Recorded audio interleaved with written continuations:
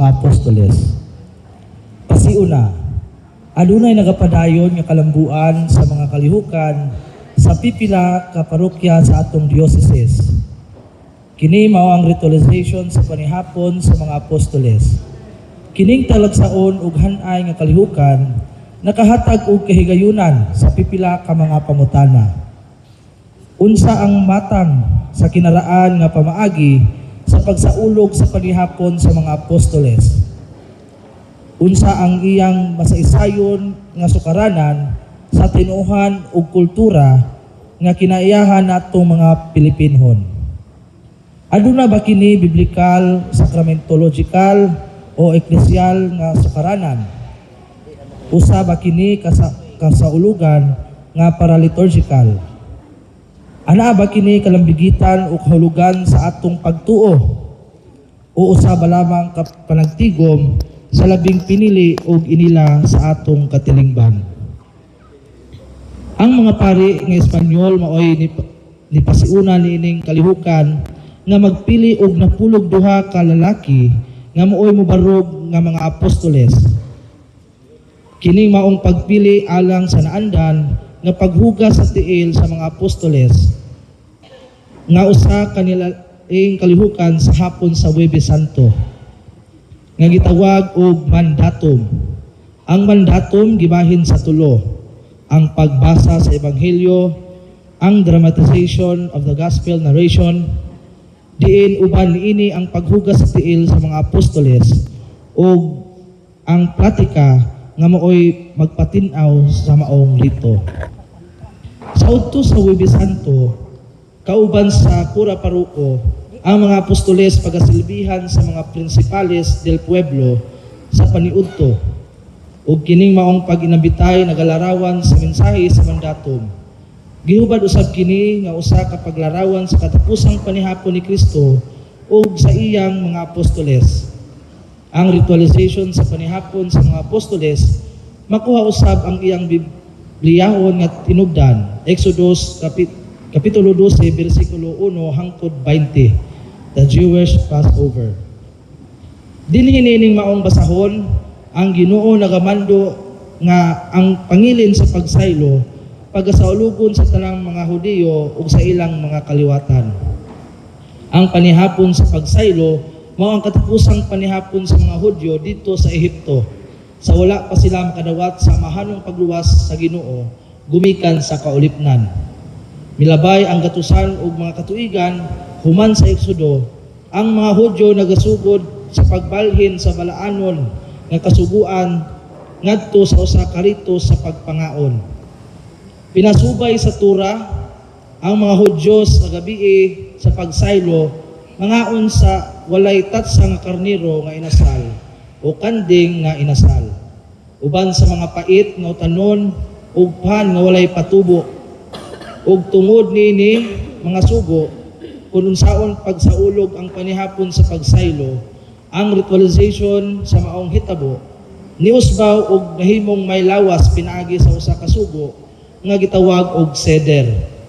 Ang pagritualize sa Jewish seder usa ka paningkamot nga mahatagan og Kristohanon nga pamaagi ang maong kasaulugan. Kini makabot sa pagbag-o sa pamaagi karon sa pagsaulog sa panihapon sa mga apostoles ug makapadayag kini og kadayunan sa Jewish ritual. Kining maong pagbag-o makapalutaw usab sa katugtungan sa kasugdanan sa unang misa nga gisaulog ni Jesucristo uban sa iyang mga apostoles nga sa bihilya sa pangilin sa pagsaylo. Sa dili pa ang panihapon, ang bahin sa pagsukna, pangutana, tubag, pagasalmutan sa kinamagulangan o kinamanghuran sa pundok, usa ka pag-ampo sa pasalamat, ang bungaton sa dili pa magsugod ang pagpangaon o paghuman niini, ang maong ritualization pagatapuson sa usa ka salmo o kanta nga huom sa kasaulugan. Kung mahimo ang Hebro nga kanta hinimatuv, kantahon sa mga mo't isip pasiunang awit. Ang kanon sa mga sumasalmot mao lamang ang walay tatsa nga karnero nga inasal o kandi nga inasal. Uban sa mga mapait nga utanon ug pan nga walay patubo. Gawas sa bino, walay laing ilimnon nga itugot. Pinaagi sa ritualization sa katapusang panihapon sa mga apostoles, ang Kristohanong katilingban makasabot unta sa kadugtungan sa ritualized meal ug sa katapusang panihapon sa pagsaylo. Nga gisaulog ni Kristo ug ang iyang tinubdan nga mao ang Jewish Passover meal nga gisaulog sa mga Hudyo matag tuig. Ang ritualization makadugang usab sa katisismo nga ang panihapon sa mga apostoles dili lamang usa ka panagtigom sa mga labing pinili ug inila sa atong katilingban, kundili nagapadayag kini sa amahanong pagluwas sa Ginoo sa mga Hudyo ug ang pagluwas ni Kristo sa tibuok kalibutan.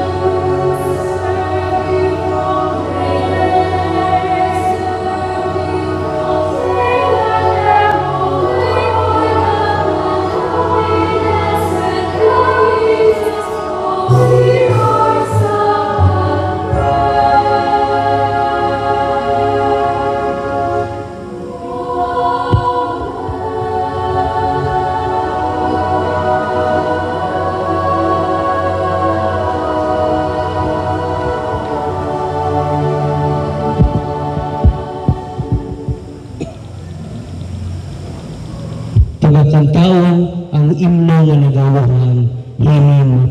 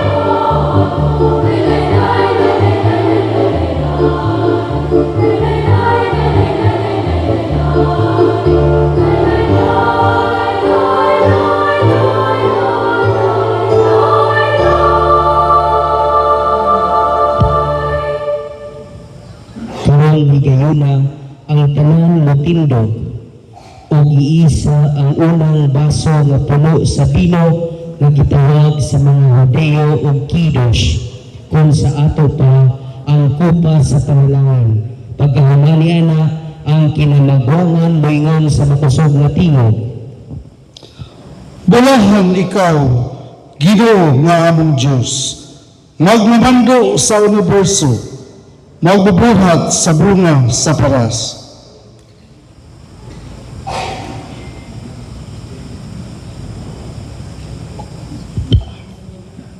Pagaipisan ang mga baso ug laing bino.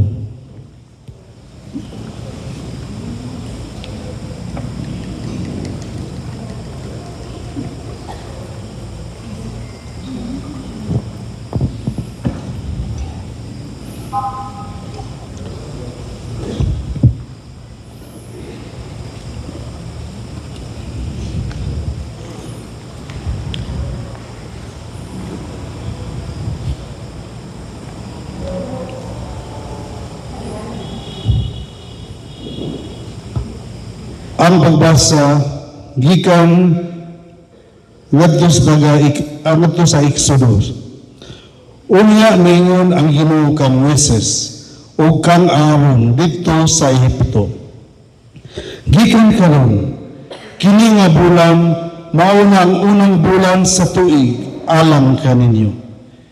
Ipaibalo ninyo sa tibuok katilingban sa Israel nga sa ikanapulo ka adlaw niining bulana ang matag pamilya mag-andam og usa ka nating kardero o nating kanding.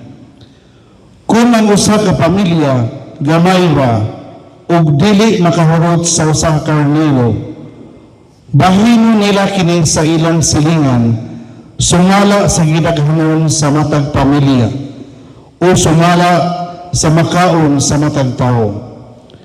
Kinahanglan nga ang kanding o karnero nga inyong pilion laki ug usa ka tuig ug walay depekto.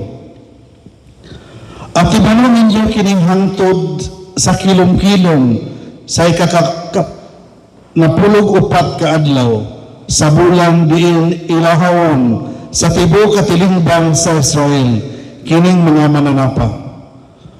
Unya magkuha kamo og dugo niini ug ipahid ninyo sa ibabaw sa isikakilid sa putahan sa mga balay sa kananan ninyo sa mga karnero. Ni anang gabiuna magkaon kano og sinugbang karnero, pait nga mga tanom ug pan nga walay patubo. Ayaw ninyo kan ang hilaw o sinablang nga karne sa karnero. Isugba ninyo kini nga tibuok uban ang ulo, tiil, ug ang bahin nga naa sa sulod sa ginhawaan. Hutda ninyo kini kaon, ug ayaw ninyo pabutangi. Kung may mahabilin man gayud sa buntag, sunuga ninyo kini. Sa pagkaon ninyo niini, kinahanglan nga magsulob na kamo sa inyong bisting panglakaw, o sa inyong mga sandalyas o nagagamit sa inyong baston. Dalian ninyo kini pagkaon, mao kini ang pista sa paglabay sa anghel nga sa ulugo ninyo sa pagpasidungog kanako. Niana gayong gabiuna, mulabay ako sa Ehipto ug pamatyon ko ang tanan ka magulang ng anak nga mga lalaki sa mga Ehiptohanon. Lakip ang tanang unang laki nga anak sa ilang mga kahayupan. Silutan ko ang tanang Diyos sa Ehipto. Ako mao ang Ginoo. Ang dugo nga gipahid ninyo sa isig kakilid sa inyong mga putahan, mao nga ang akong ilahanan kung asa nga balay nga inyong gipuy-an. Kung makita ko ang dugo, labyan ko lang kamo, ug dili na kamo maunsa, inigsilot ko sa Ehipto. Kinahanglan ng duman ninyo kanang adlaw sa huluga ninyo kana kada tuig ingon nga pista sa pagpasidulog kanako. Kini nga mga tulumanon kinahanglan nga tumanon ninyo hangtod sa umabot nga mga henerasyon. Karong higayuna ang tanan manghugas sa ilang mga kamot sa tubig nga gibutang sa usa ka planggana o hugasan. Ang tradisyon sa mga Hudeo, ang pangulong pari maghugas sa iyang mga kamot sa dili pa siya mosunod sa balaan sa mga balaan dito sa templo. Nagpahinumdum kini kanato nga kita kinahanglan pagalinisan ni Kristo sa atong mga kasalanan.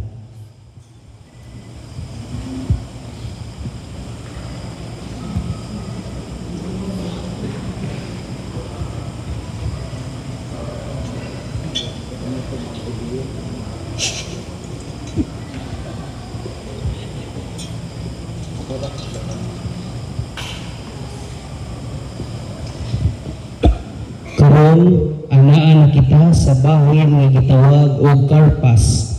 Kini nagalakip sa usa ka berdeng dahonon nga utanon ug tubig nga sinagulan sa asin. Ang berdeng dahonon nga utanon nagsimbolo sa usa ka bag-ong nasod kansa ang Israel nahimo ni adtong giluwas sila sa Ginoo gikan sa kaulipnan sa Ehipto. Ang tubig nga parat nagsimbolo sa tubig dito sa Red Sea o pulang dagat. Diin gibahin sa Ginoo ang tubig aron malatas ang mga Hudyo. Itunglo ang utanon sa parat nga tubig ug kanon ang utanon.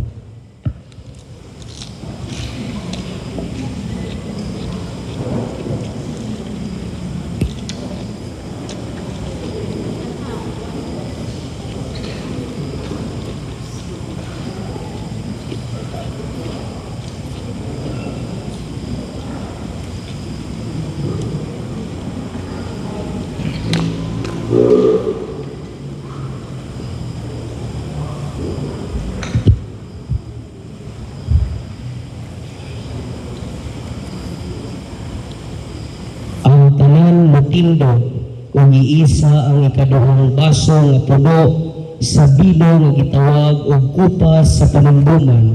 Pagkahuman niana ang kinalagwangan moingon sa makusog. Bulahan ikaw, Ginoo nga among Diyos.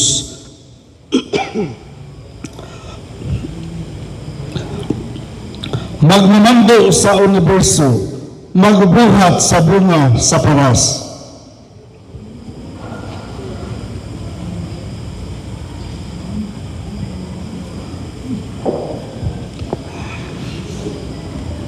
Pagaipisan ang mga baso ug laing bino.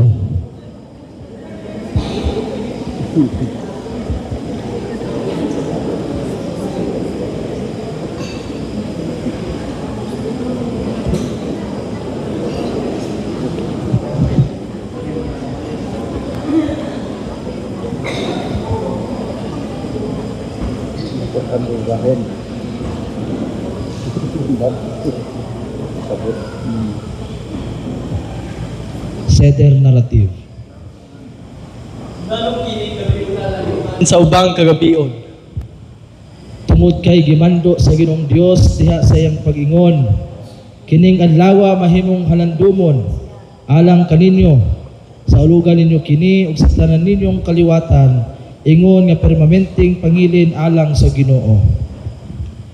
Ngano ang atong kalanon mauman ang pan nga walay katubo. Tungod kay wala na igong panahon alang sa atong mga katigulangan nga magbutang og patubo sa pan sanglit giabog man sila sa mga Eptohanon ug wala na sila igong panahon sa pag-andam sa pagkaon. Ngano mukaon man kita sa utanon nga pait. Tungod kay mao kini ang pagmando sa Ginoong Dios nga ang pan nga walay patubo uban sa mga tanon nga pait kini maong utanon gitawag og moror. Ang pait nga utanon nagasimbolo sa kapait ug miserable nga kinabuhi sa atong mga katigulangan kaniadtong naulipon sila sa Ehipto. Kini usab nagsimbolo sa atong pag-ambit sa mga pag-antos nga lasinati sa atong ubang mga igsuon. Ngano sa ulogon man ang pagtuslob sa pan sa makaduha. Tungod kay mao kini ang gimando nga pamaagi sa atong mga ginikanan alang sa mahusay nga pagsaulog sa pangilin sa pan nga walay patubo.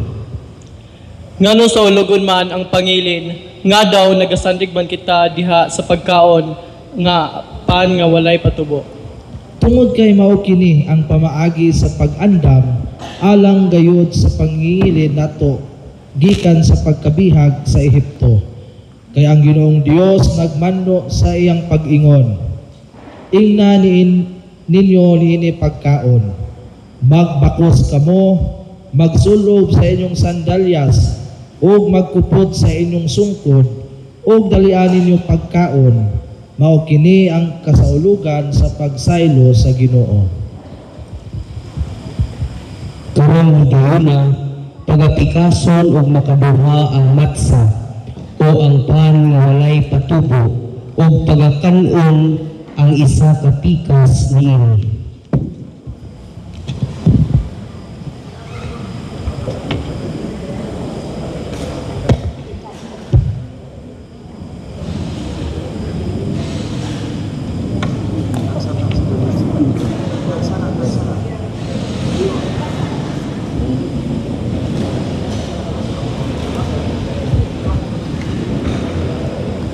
Karong higayuna pagakaunon usab ang pikas nga bahin sa matsa o ang pan nga walay patubo inubanan sa pait nga helba. Itawag kini sa mga Hudeo og Hillel sandwich. Gawas sa mapait nga helba, isunod usab sa Hillel sandwich ang karosaf nga hinimo sa mani o tuwerka, almonds o mga almendras, mansanas, asukal, cinnamon o vino.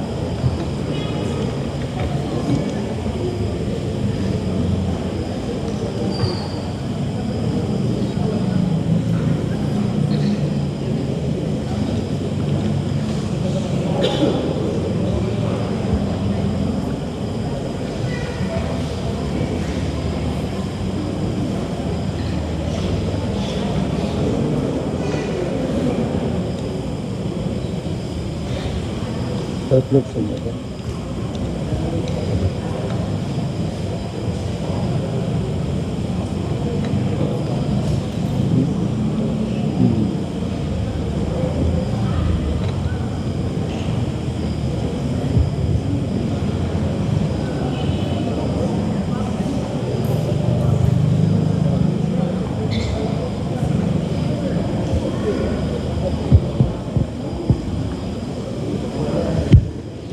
Karon pagkakaunon ang walay tatsa nga karnero nga inasal o kanding inasal.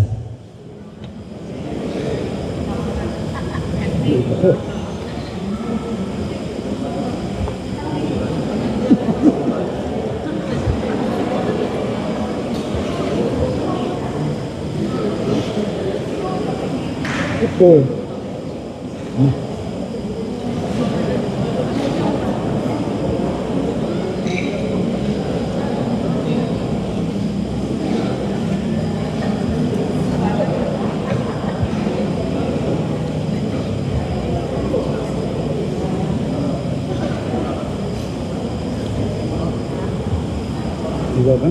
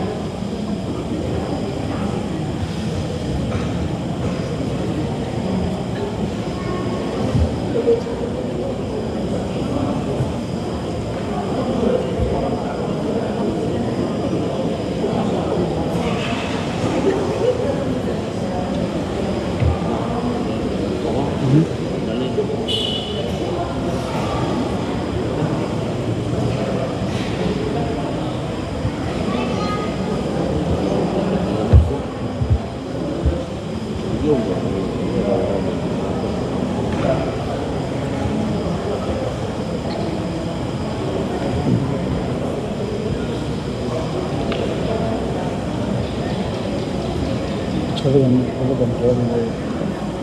complain mo lang yung politician ko kayo. Akong udway.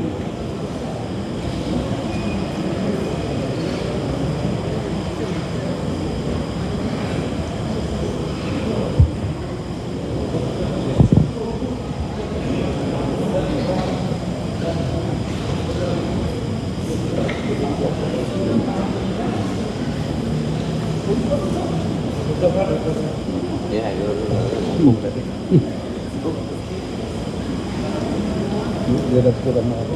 Parang lima. Nagkidap-kidap sikod. Kasumpod.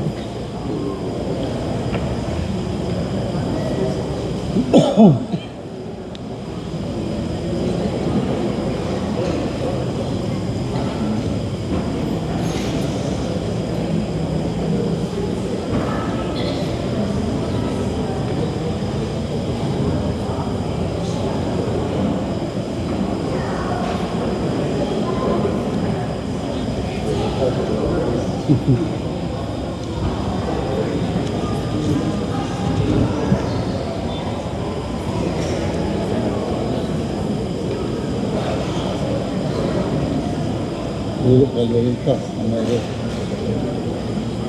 Lalu kami punya sabun deh.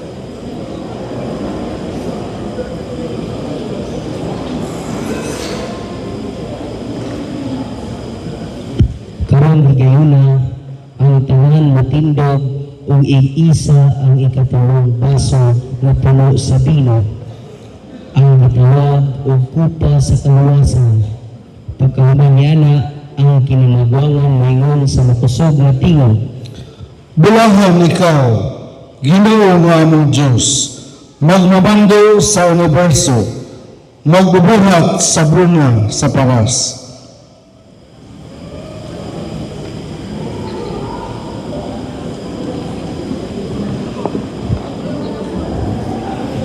Pagaipisan ang mga baso ug laing bino.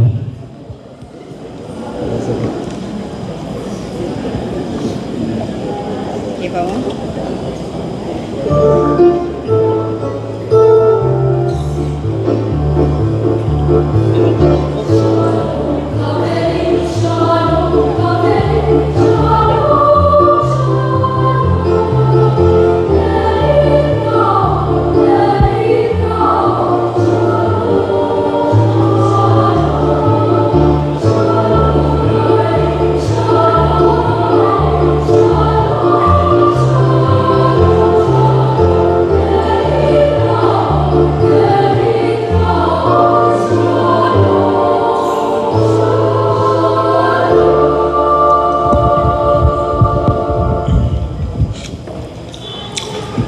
Sa nakalakaw na si Judas, si Jesus miingon, karon ang anak sa tao gipasidunggan ug ang Dios gipasidunggan pinaagi kaniya, o kung ang Dios pagkapasidunggan pinaagi sa anak sa tao, ang anak sa tao pasidunggan sa Dios pinagi sa kaugalingong himaya o kini iyang buhaton dayon. Mga anak, dili na ko magdugay uban kaninyo. Mangita kamo kanako apan sultihan ko kamo karon sa akong gisulti sa makadakuan sa mga Hudiyo. Dili kamo makaadto sa ako ang atuan. Maghatag ako kanino og bagong sugo. Paghigugma ay kamo, ingon nga ako nahigugma kaninyo. Paghigugma ay usab kamo. Kung maghigugma ay kamo, mahibalo ang tanan nga kamo akong mga tinun-an. Karon pagakanon ang niluto nga itlog. Ang itlog nga gipabukalan sa daraang tradisyon nagsilbi nga pagkaon sa nagbangutan o namatyan. Kini nagsimbolo sa mga Hudiyo sa ilang pagbangutan sa pagkaguba sa templo sa Jerusalem. Nagsimbolo sa kini sa katiga sa kasing-kasing sa paraon sa Ehipto tungod sa iyang pagdumili nga palingkawason ang mga Israelitas sa kauliknon. Kini usab pahinumdom sa hagiga nga usa ka halad sa pakigdait o peace offering. Itunlo ang itlog sa tubig nga parat o kanon.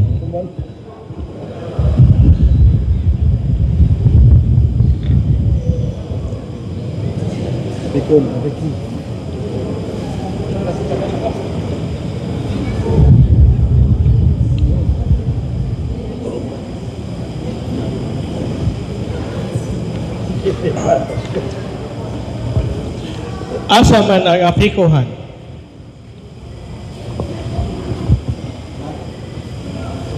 Aniya ang atikuma.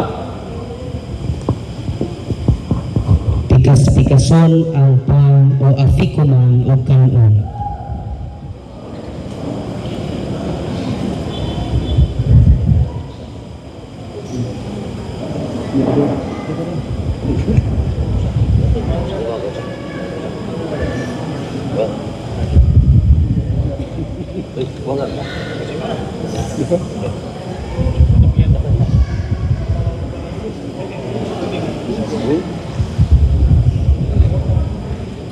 Ang afikuman nagsimbolo sa kordero sa Pasko o Paschal Lamb. Kini pagakanon aron paghandom sa halad sa Pasko o Passover sacrifice. Ang afikuman nagsimbolo usab kang Jesus nga giputos sa panapton ni atong ginubong siya human gilansang sa krus. Ang afikuman gitawag usab nga postre o panghimagas o dessert. Kini usa ka pan nga walay patubo nga gitago pagsugod sa pagkaon. walay pagkaon nga pagakanon human sa pagkaon sa afikoman aron ang lasa magpabilin.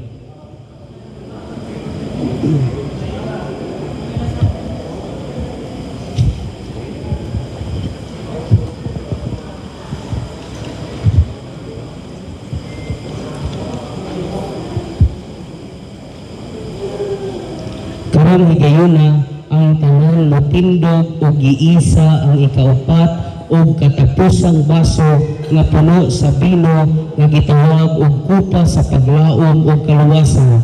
Human niana ang kinamagwangan moingon sa makusog. Bulahan ikaw, Ginoo nga among Diyos, magmamando sa universo, magbubuhat sa bunga sa paras.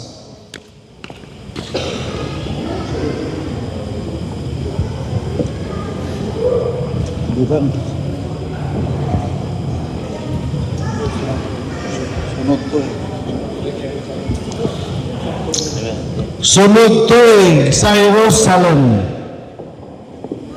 Pagakantawan ang katapusang imno nga nagahuhan, Hivene Shalom.